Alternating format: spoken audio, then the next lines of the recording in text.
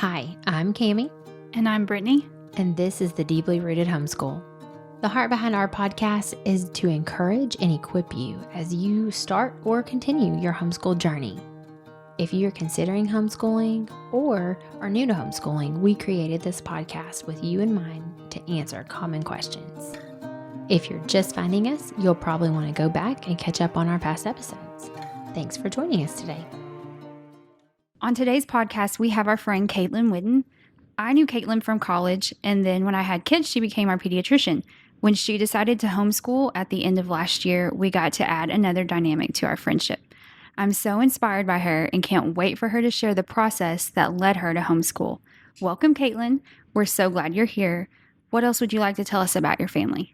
Well, first of all, thank y'all for having me. I'm excited to do this. I've been listening to the podcast since the beginning, so it was an honor that y'all asked me to come along. Like Brittany said, I'm a nurse practitioner. I practice part-time in a pediatric clinic here, and my husband is a corporate pilot for a local bank. So we have random schedules kind of all over the place. So we're really excited to get into this journey. We have two girls. They are 10 and 8, so going into 5th and 3rd grade, and they were really excited about it too. Katelin, can you tell us, how did you decide that you were going to homeschool? If you have a 10 and 8-year-old, so they were already fully established in school, what led you guys to homeschooling? So we actually talked about homeschool before our girls were school aged, but we were both working full time, your typical Monday through Friday jobs, and just kind of felt overwhelmed with all of that and just kind of brushed it under the rug and went on with public school. We both went to public school throughout our education, so that was just what seemed like the normal thing to do. So that's what we went through with.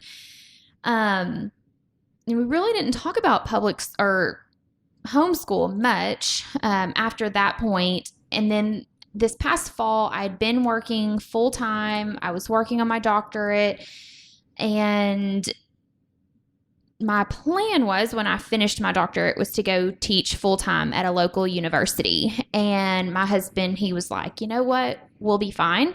Quit working full time. You can just work part time. I'd already started working part time with a pediatric clinic also. And so that's what we did.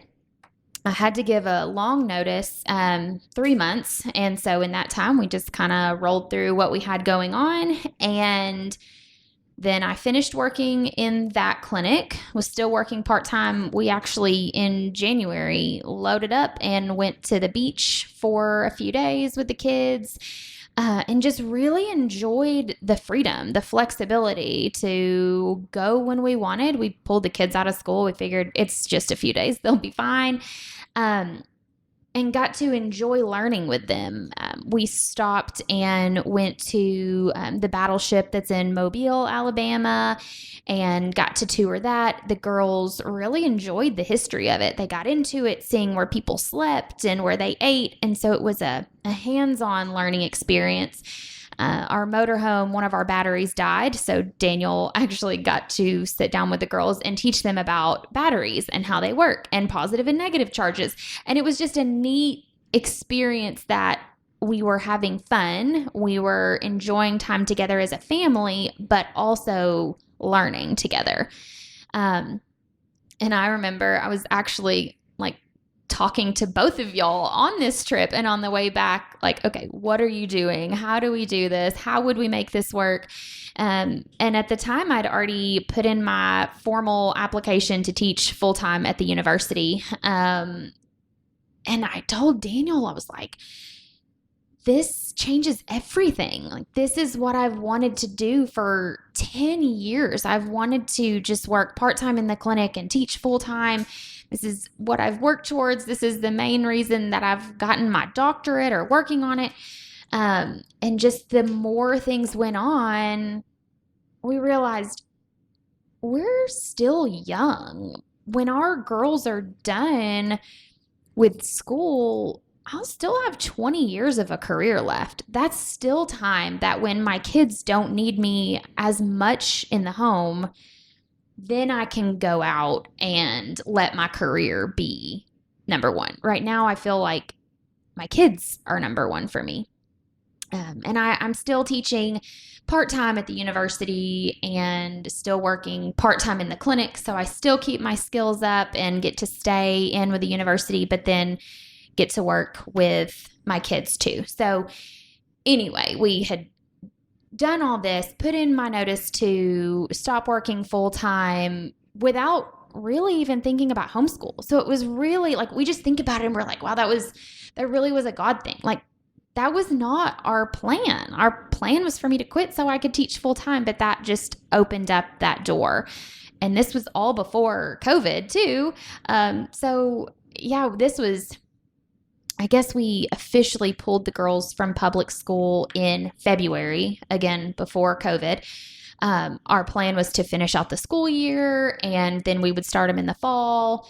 And then we said, why? Like, why are we waiting till fall? What's the holdup for that? We can do it now. So we did. I mean, we put in our notice of intent to homeschool on a Thursday night. And I think that was like their last week of school. So, and then COVID happened and we were like, yes, thank you. That's what we should have done. So we got a little taste of homeschool.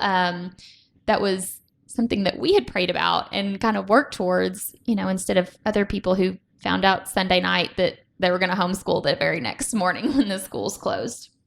And that's just such an interesting thing that you did an about face of what your plans were. How did you and your husband, tell me some about the conversations that you guys had to have to get there? He was actually the one who brought it up. I think in my head, I'm very goal oriented. I get distracted along the way. I'm also very like ADHD sometimes, I think, or ADD at least. But my goal and my plan all this time was finish this, go teach full time. And then he was like, well, what do you think about homeschooling the girls? And I'm like, I don't know how I could do that with teaching. And I even reached out to some of the faculty and talked to them about it, if this was something that I could do from home while I homeschooled. And, for the time being, that's not really an option. And so this went on for a good little while. That was about all our conversations were about, even if it was talking about the same thing 500 times, just repeating the subject. And, when we first mentioned it to our family, for my parents, they were kind of like, what? This isn't what you were planning to do. What are you going to do about this? And what are you going to do about that? And, but now, they're on board and Daniel's parents are on board. And so that's super helpful that we have grandparents. Daniel's parents are retired. My dad's retired. My mom will be, sometime in the future, next several years. And so we've got, some help there and some support and other people that we can count on if there's something that we're like, okay, we need a little bit of help with this, let's go see Pappy and let Pappy talk to you about history or something like that. So, yeah, that's kind of the initial thing. And we talked about it for a little while amongst the two of us, and we didn't, other than reaching out to y'all, and I reached out to a couple of other friends who homeschool. We didn't really mention it because we didn't really want a ton of different views kind of clogging our thoughts about it, the input that we were getting just as like that God nudge that's kind of pushing you towards something. We didn't really want to cloud that a lot. But it was funny because on this trip we took to the beach, we mentioned something to the girls, and instantly they went back to their, where they have all their stuff and started drawing out school supply lists. Like, we kind of thought, okay, what are they going to think? Like, it's really ultimately not their decision. It's our decision, but you don't want to do something if your kids are absolutely against it. And that was on the last episode. Like, what are my kids going to resent me if we do this? But no, they were instantly like drawing out things, that they could do at home. And we've sat down and we've talked about, okay, here's the things that we're going to do. What are some other things that you want to do? Because this allows us more time to learn about and enjoy things that they want to learn about too. I love that. It's like it opened up not just dreaming for you guys, but dreaming for your kids. Your kids got to dream for their own school. Yeah. Not just let me show up and somebody's going to tell me what I'm going to do, but oh, you mean we get to take charge in this and we get a say in this and we're going to start dreaming about what that's going to look like? Yeah. I love that so much. And that was one of the things that kind of led us to homeschool too. Our girls are so different. Anybody else would say this, no matter how many kids you have, they're all polar opposites. And our youngest is our social butterfly. She's, all over the place, good with just about anything. And our oldest was seeming to get bogged down a little bit just by other distractions in the school. Other kids getting in trouble that would slow the classroom down, or the whole class would be in trouble. Just different drama and other things that go on. I mean, they're children, they're humans. It happens with adults too. But we were seeing that took away some of her love for learning, which we were not okay with. And so that's where we kind of wanted to step in and help out with that. Another reason is just to bring Christ into the school. I mean, obviously you can't do that in public schools. Private schools are great for lots of reasons, but a little outside of our budget for the time being. And so this is a way that we could incorporate what we wanted to, not just what we had to, but what we wanted to with our kids.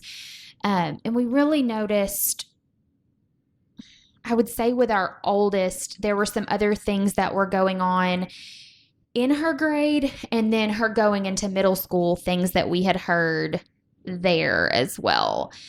And I want my kids to be kids as long as they can. Conversations that I've heard are not really conversations that I want my kid to be a part of. I'm not ready for those types of things. And when we are ready for that, I feel like that's a conversation that we should start with our kids. They say that people are more likely to believe the first thing that they hear about something. And so certain topics, I want those to come from her parents, not from other kids that don't really know what's going on also. Social media, certainly doesn't help with that too. So we just want to preserve the innocence of our kids for as long as we can. I've been reading The Call of the Wild and Free, and I wrote down this one quote. I'm trying not to read stuff, but I'm going to read this one so I don't mess it up. So it says, "We all desire to give our children the best advantages in life, to prepare them to be responsible adults. But sometimes we forget that before we can be adults, we must be children. If you want to give your kids the best chance at being healthy adults, give them a childhood." And I just really loved that. That's so good. Yeah. So good. Yeah. Okay, I really love that quote, Katelin. If you want to give your children the best chance at a healthy adulthood, give them a childhood. Yeah. Yeah. Man, that is so good. What do you think that looks like? We just want to do life along with our kids. Instead of having to sit in a classroom for 7 hours a day and come home and do 2 hours of homework, we want them to be able to learn in a way that's fun. We can go on field trips, and we can go to the library and check out books on subjects that they're interested in. Or, we ordered some books today just on different American historical figures that are in a way that the kids can enjoy, and they can get to know them, and they get to put their hands on things. My husband's already been mapping out different places across the country that we can go. We're going to be studying Pearl Harbor this year, and obviously we can't take our motorhome to Hawaii, but my family's planning a Hawaiian trip in a few years. And he's, wanting to plan trips out to Mount Rushmore and just all these places, even if it's just local museums in our state or the next state over, just a weekend trip, something that we can really let them get a hands-on experience about what they're learning also. What great memories. I mean, you're building these memories for your family. Yeah. But they're never going to forget that. Sure. You talk about your husband. So tell me, how is your husband involved? What is his role in all of this in your family?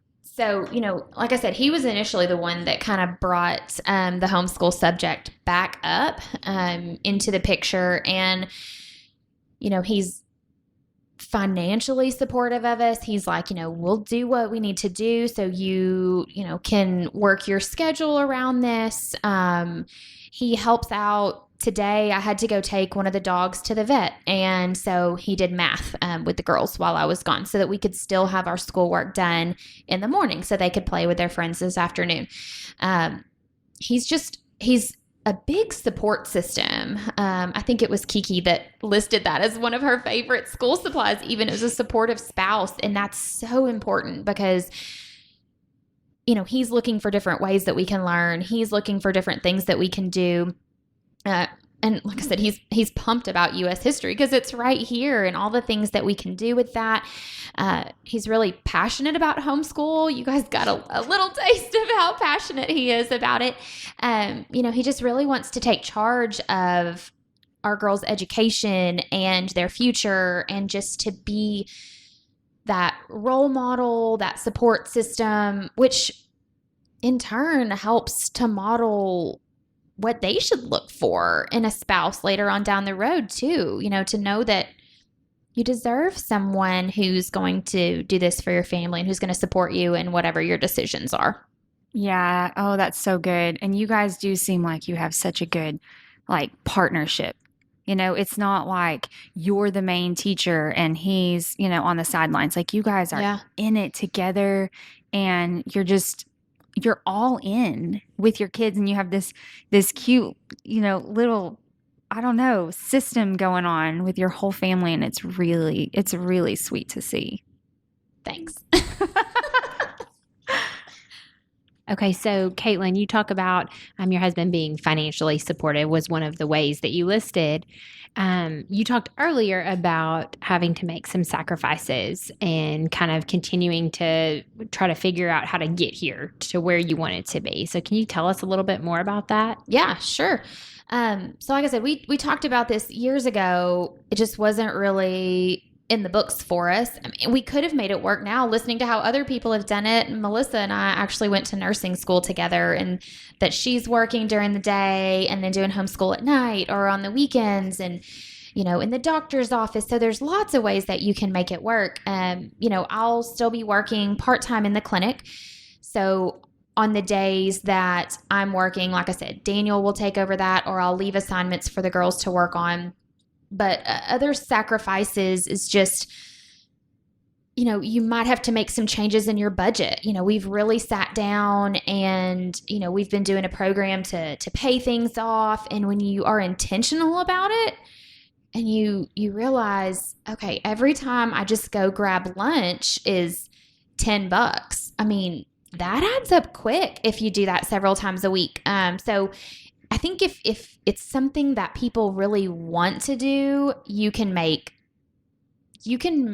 some easy changes that your family won't really notice that much. You can call your phone company and ask about how you can decrease your phone bill. You can drop cable and go to Netflix and Hulu. We traded in my car for something that was half the payment. I mean, there's all kinds of different things that you can do if it's something that you want to do. Okay, so you're talking about some sacrifices that you've made, but you also sacrificed your career in a way. This dream of yours to teach, and you're still doing some things, but it reminded me of our panel podcast where Alice Ann says, it's a practice of dying to self to do all this, and sometimes you have to do some sort of sacrifice in order to pursue this other God-given dream. So can you tell us any more about that? Yeah, that's a huge thing. That was the biggest thing that I struggled with when we first started talking about homeschool was, wait a minute, like this is what I've wanted to do for so long. I remember my very first nurse practitioner job, my interview was that question of, where do you see yourself in 5 years? And it was, I want to be teaching. Like that was 11 years ago, 10 years ago. So that was a hard part. But as we sat down and looked at it, I I can still teach, but I'm teaching my children. And what better platform to do? And I still can teach adjunct at our university. I still can practice part-time in the clinic. But my main role is teacher for my children. And, there are lots of other options too. There's lots of different work from home jobs. So if, financially you still need some type of income, there's, if you're talking about people who want to teach, there's a lot of online universities that you can do. There's all kinds of jobs that you can do online at home. Or, like we talked about earlier in another podcast is, you can do homeschool anytime. You're not stuck to 8:20 to 2:55 or, whatever. You can do it whenever is good for you. And I saw a quote on another page that said, most people think you have to give up so much to homeschool when in reality you gain so much more. And that one really stuck home to me also. Yeah, That's so that's true.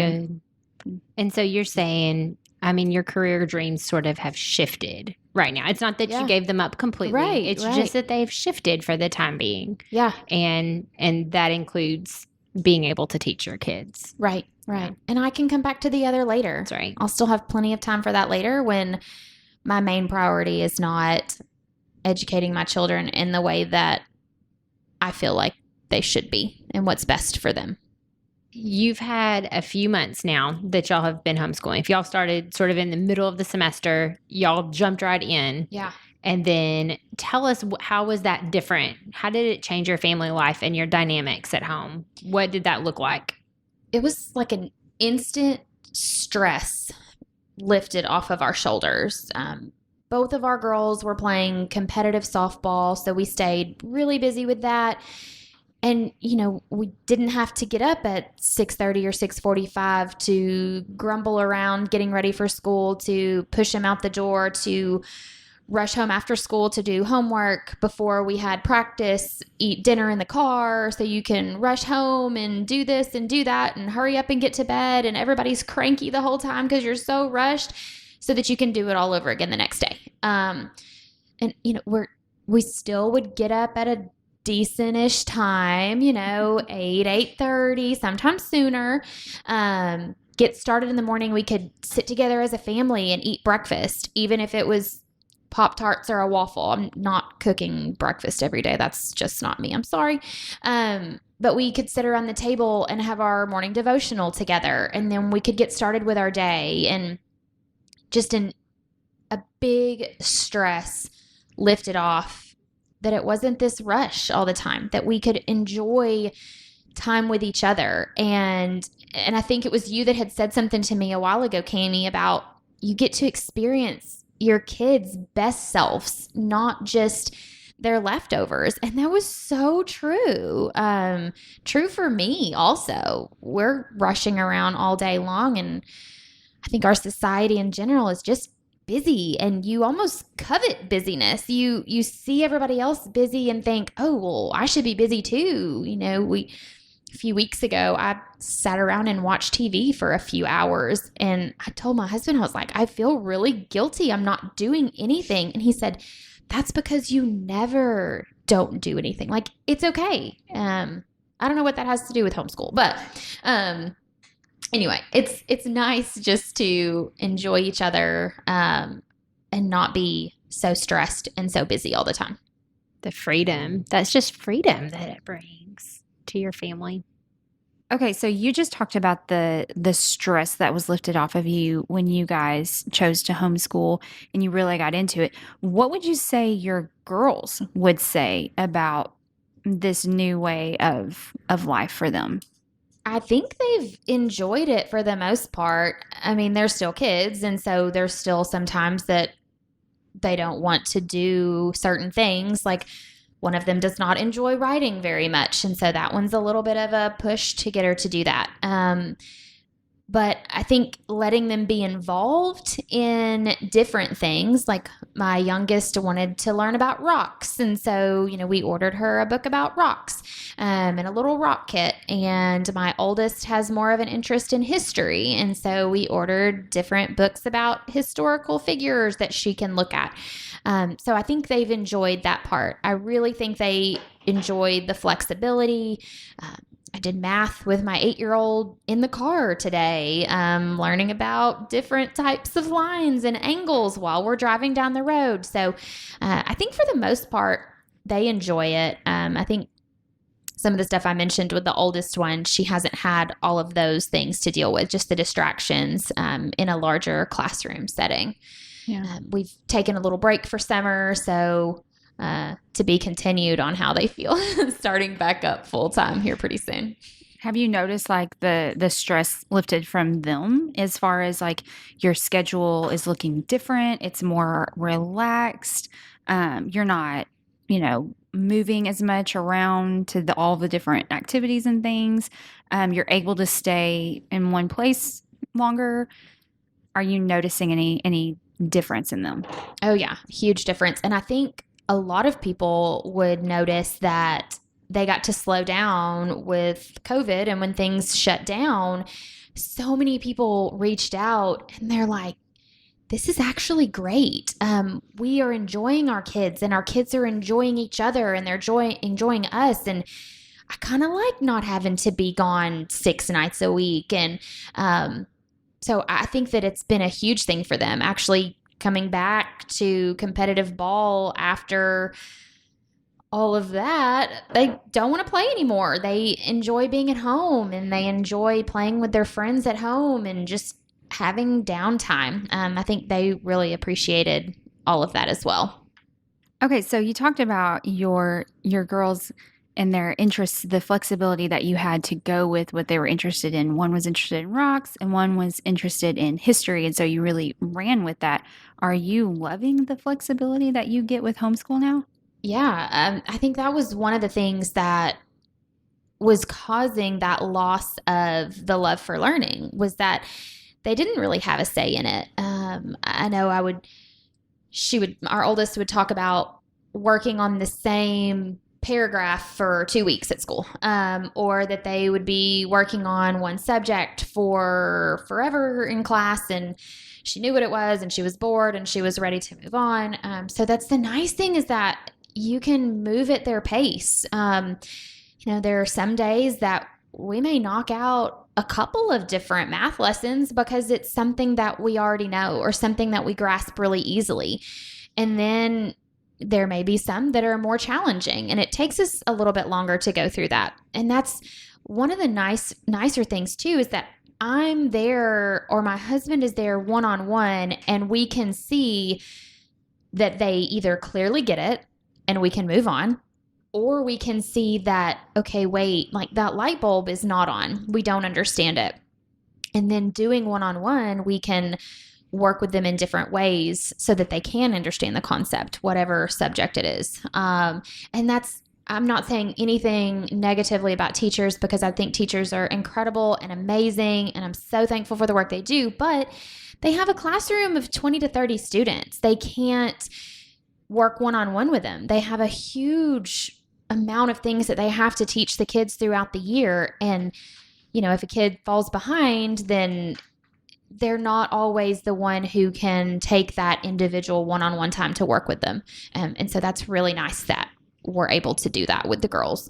And I think letting them have things that they learn about that they enjoy also helps them to realize that learning is fun. There are different ways that we can make it fun. And I want this to be something that they continue for their entire life. You don't just learn up until you finish high school or up until you finish college and then you're done. Like, learning is a lifetime thing. When you stop learning, you're dead. So I want them to enjoy that through their childhood and their adulthood as well.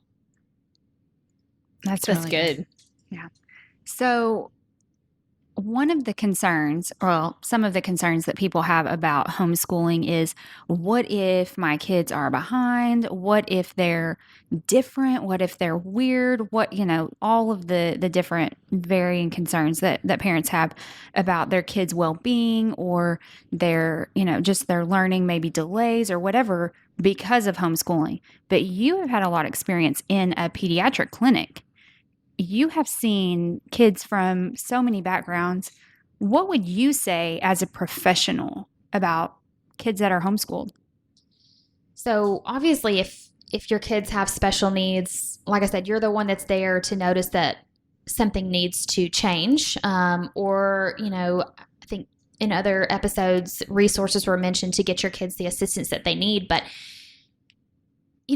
homeschool kids are awesome. I mean, I saw both of y'all's kids, lots of other kids too. And I mean, over the past 10 years, I've seen hundreds, if not thousands of different kids, in our part of the state, and how those kids interact with their siblings, how those kids interact with their parents, and how they interact with me, whether we've built a rapport and I'm wrapping their thumbs up in the clinic to show them how important your thumbs are, like I did with Brittany's kids, or whether it's the first time they've met me and I'm a total stranger, just the respect that these kids have.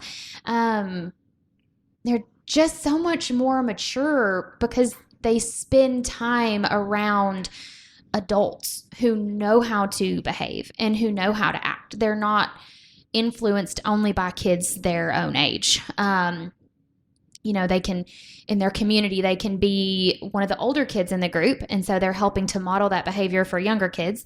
Or maybe they're one of the younger kids and they're able to look up to some of the older kids. So they're learning those behaviors. But the homeschool kids, they are different. But it's a good different. It's okay to be different. I want my kids to be different. If I didn't want them to be different, then I would just push them out into the world and say, good luck. I want them to be kind and genuine and respectful and thoughtful. And I want them to know God and shine his light in all that they do. So, Katelin, you've already talked to us about how you decided to homeschool, but can you tell us a little bit about how you decided what to do? Once you decided to homeschool, what curriculum are you going to use? Are you going to be in a co-op? There's so many different ways to take this. How did you decide which path was right for your family? Yeah, there are a lot of options. So I just talked to different people that I knew in different co-ops, friends who did things on their own.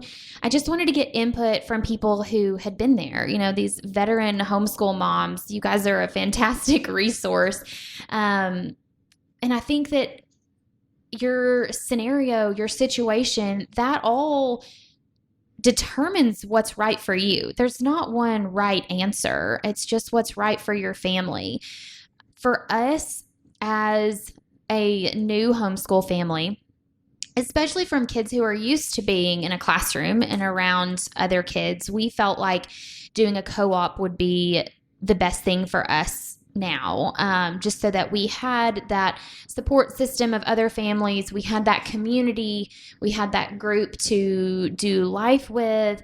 And, the beauty of it all is that can change. You could decide you want to do a co-op and then decide you want to do it on your own, or the other way around, or you could do one co-op and then later decide for another. And then there's lots of different co-ops. We chose one that is not necessarily parent-led. There are some that, I might teach math and Cammie might teach science and Brittany might teach reading. And, for us, for right now, that's not the path that we chose to go. For a lot of people, they enjoy that. And that may give that mom her opportunity to teach and use her gifts in that direction. We just felt like we were going to go with a different group.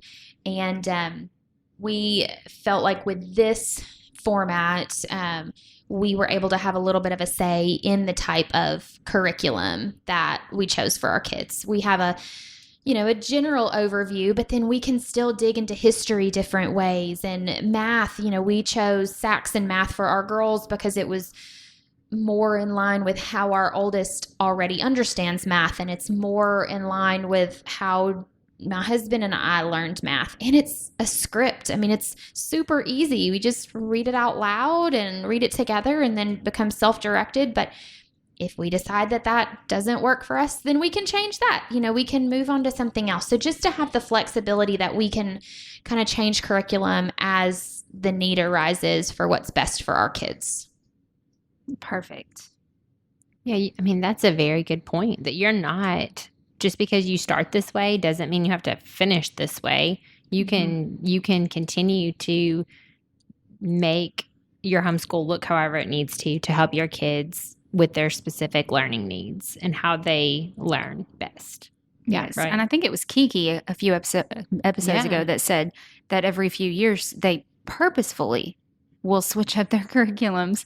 And that's had me thinking, like, that's kind of cool. I mean, it just adds another layer to the freedom and flexibility that you have with homeschool. You're not stuck in any certain thing.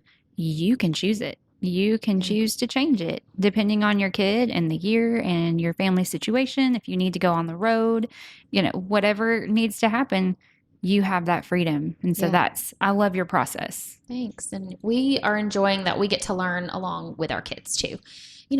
That show, Are You Smarter Than a Fifth Grader or whatever? Like you learn that stuff and then you forget. So it's fun that we get to go through it together and we get to have that light bulb moment all over again. And, we get to go places and put our hands on them together, and just getting to learn together, I feel like takes your relationship to a different level as well.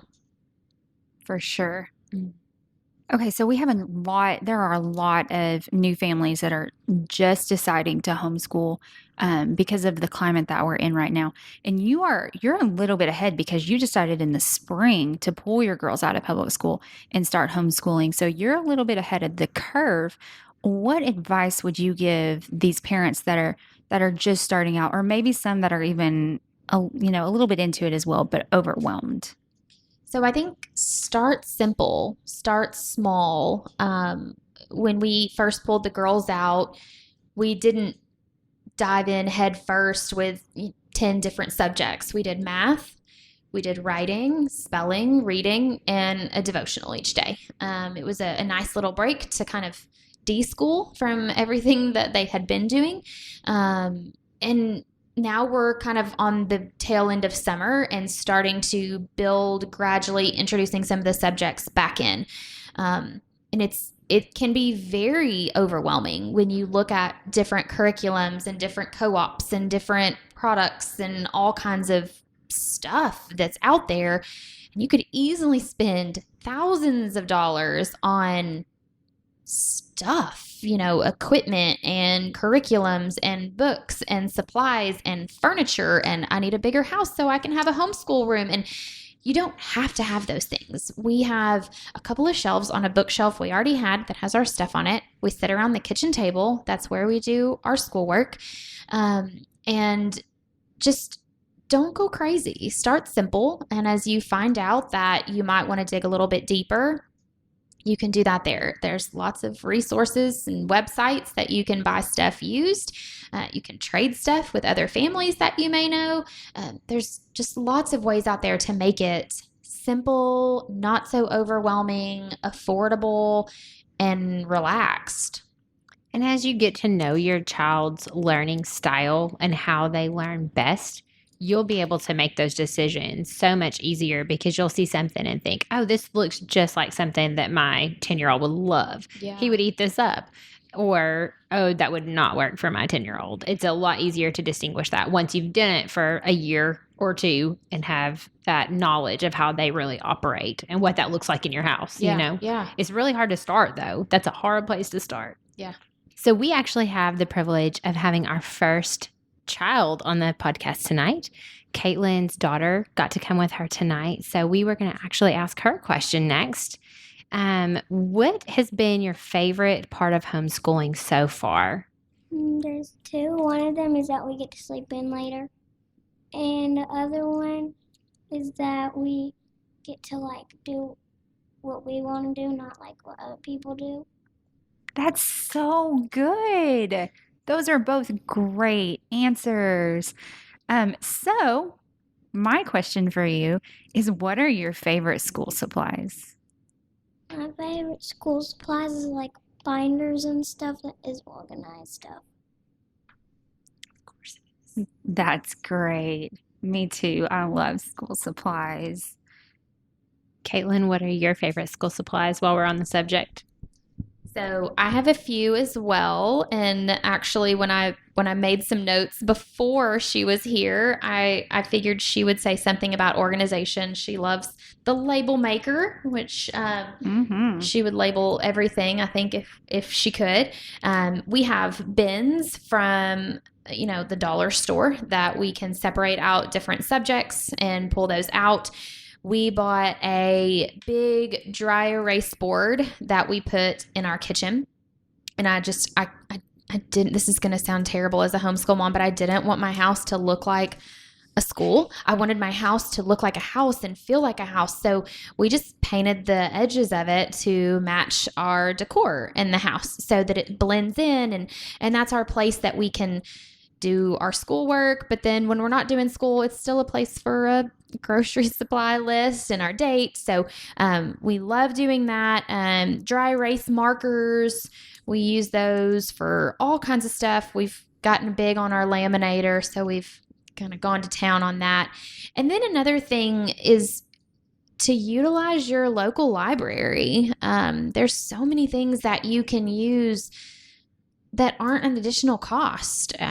We've looked at things that are coming up in our history, and we've checked out books from the library. So just using some of those resources that we already have. That's great. And I love how you mentioned that you want your board to match your home, and you don't want your school to overrun your home. Yeah. Because, some people are like, give me all of the school stuff. I want my house to look like a classroom. And that's great. But there are people, and I'm one of them, that's like, I don't want my home to look like a classroom. I just want to be able to integrate my classroom into the home when I need to. I want to be able to flow in and out of that and it not overrun everything in my house. So I think that's totally relatable. Yeah. If we had an extra room, we might make it a homeschool room, but we don't. And so we're using what we have and we're making it work for our family. We do. And we still use our kitchen table. Yeah. Because the kids don't want to be stuck in a room. Yeah. And I don't either. So, we find that we go to the patio, or we go to the front porch, or we go to the kitchen table, or we go to the couch, or my bed, if I'm like, I don't want to get out of bed right now. Yeah. Just bring it in here. And that's so nice to not be confined into the same space for long periods of time. Yep. Yeah. I love that. Okay. Thank you so much, Katelin, for coming and talking to us. And thank you for bringing your daughter with you as well. Would you mind to just close us out in prayer? Sure. Dear Heavenly Father, thank you so much for all that you've blessed us with. Thank you for the people in our lives that have helped us to make us the people that we are. Thank you for the children that you've blessed us with, and help us to mold them into the ways that you have designed us to do. Be with those who are currently homeschooling and maybe they're moving along smoothly, or maybe they're struggling. Be with those who are thinking about it. Help them to make the decision that's right for their family and help them to feel peace about it. And be with those who are getting ready to start their homeschool journey. Help to give them the tools that they need, and help to allow themselves grace. Help to prepare them for things that are to come, and just to give them peace to know that it's going to be okay. God has given you these children for a reason, and you're going to do a great job. In your name we pray. Amen. Thanks again for joining us. We hope you were blessed and encouraged today. Check us out on social media at The Deeply Rooted Homeschool. We'll see you next time.